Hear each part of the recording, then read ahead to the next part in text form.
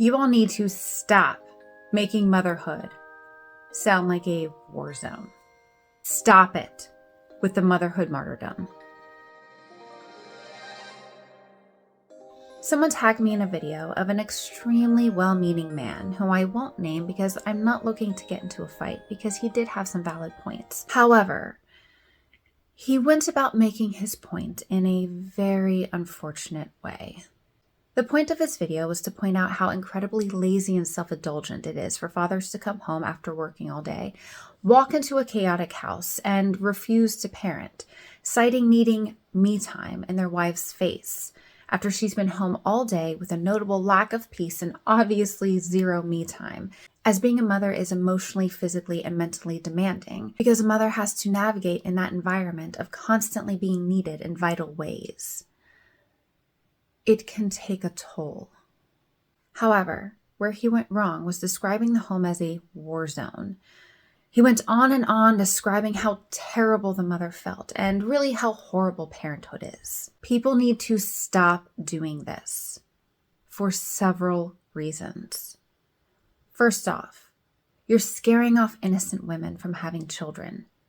They see videos like this and they think that 1, it's normal for motherhood to be awful, and 2, children are horrible, and 3, they don't ever want to have children.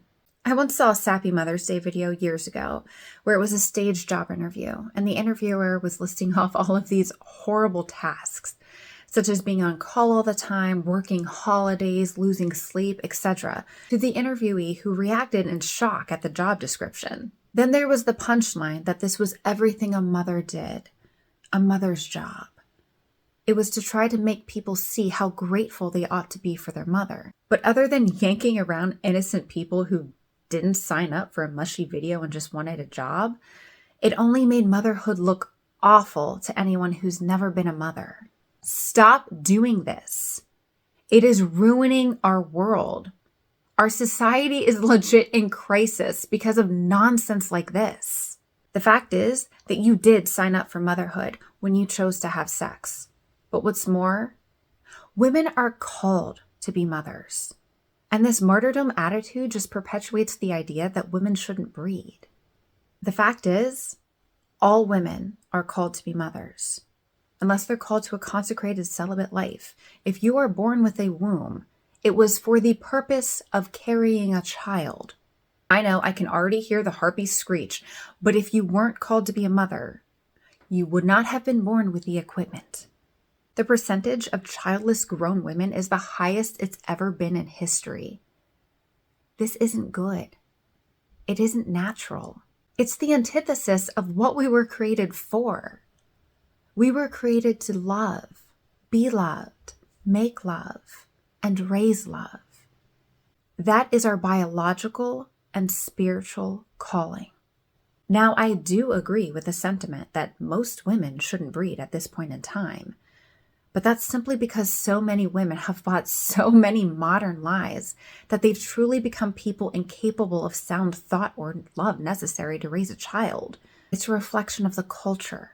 The culture has churned out women who would make terrible mothers, but the reality is that they are still created for the purpose of being mothers. That is their true calling. They're just falling short of the ability. We're all meant to be educated. Being poor at reading doesn't excuse the fact that we're all meant to study and generally know things. Not to mention that these people who selfishly choose not to breed and raise good people are relying on the effort and monetary loss of other people to pick up the slack and bear and raise good people who are going to keep the infrastructure going and take care of the miserable anti-children in their old age. Where do they think the future workers are coming from? The anti-child are mooching off of people like me. They rely on others to have children and raise them with good hearts and hardworking ethic so that they can reap the benefits. They scream that they hate Christianity, but would be nowhere without Christian parents raising the children that they will come to rely on. So stop scaring these innocent women who learn that motherhood is a war zone before they're even old enough to consider having children. I was told absolute horror stories by other women before I had children. that didn't turn out to be even slightly true. Things like I'd never eat a hot meal or have a clean house, and I'd always be surrounded by screaming. Well, here I am, 6 children in and wanting more. The oldest is 10, and I have a baby and a toddler, and my house is not chaotic. In fact, people come to my house to rest. I run this mother because I don't want a chaotic life. And I found that rejecting modern social thought is what tends to lead to success.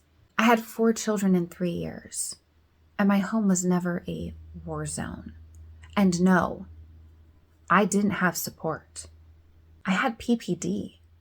And other than my husband who worked from home and was generally unavailable physically, mentally, and emotionally, I was on my own. And I still didn't have near the feared, terrible life that mothers are apparently supposed to have. I rejected it. And here's the thing about kids. They mirror their parents' attitudes. If someone chooses peace and joy, their children tend to mimic them. If a mother is always anxious, then so will her children be. This is general. If your home is a war zone, there's something wrong. Your life is not supposed to be miserable. Parenthood is not supposed to be awful. Your days should be filled with more joy than not. So here's the thing. If this isn't the case, you need to change that. Stop thinking that this is normal just because so many other women choose to be motherhood martyrs. Just because something is usual doesn't make it normal. It's not natural. Now, speaking of natural, we're also parenting radically differently than how we're supposed to. The whole "it takes a village" thing is true. Parents were never meant to be islands. We all used to live in villages. We grew our own food together. We raised our gaggle of children together.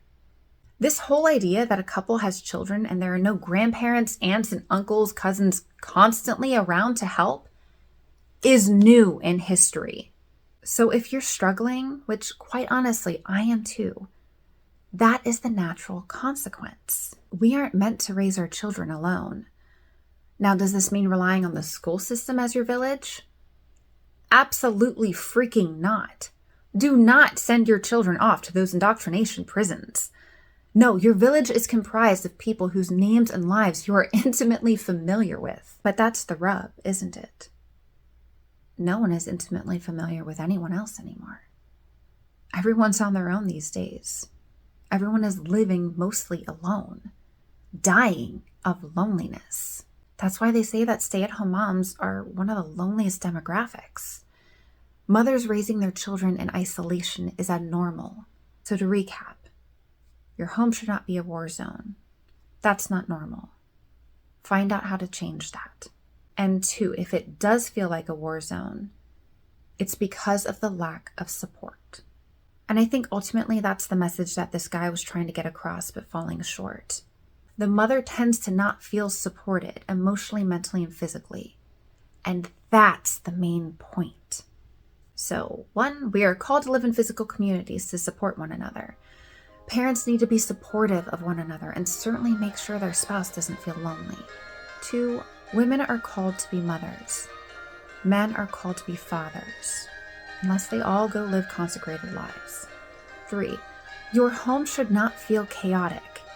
Your life should be lovely because you should live in support. If you don't, that's what needs to be addressed. 4, stop making motherhood seem awful just because you might be going through it. You're doing a great injustice to all of society by perpetuating anti-child nonsense. Children are a blessing.